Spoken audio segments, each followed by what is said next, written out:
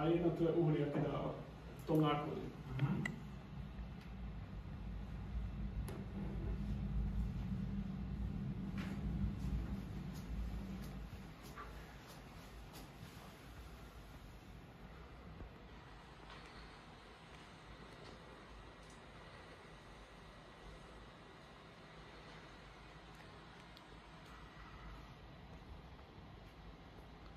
To je to, že sme všetci inžinieri, ale nikto nie je ako keby do biomechaniky u nás.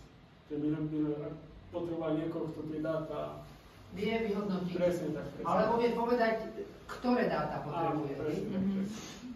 A to je to, že niektorí tréneri sa do toho nehľadú, možno asi ani nevidia. No, nech povie Peter svoje mladý. No povedz svoje, či by ti to niečo dalo, nedalo.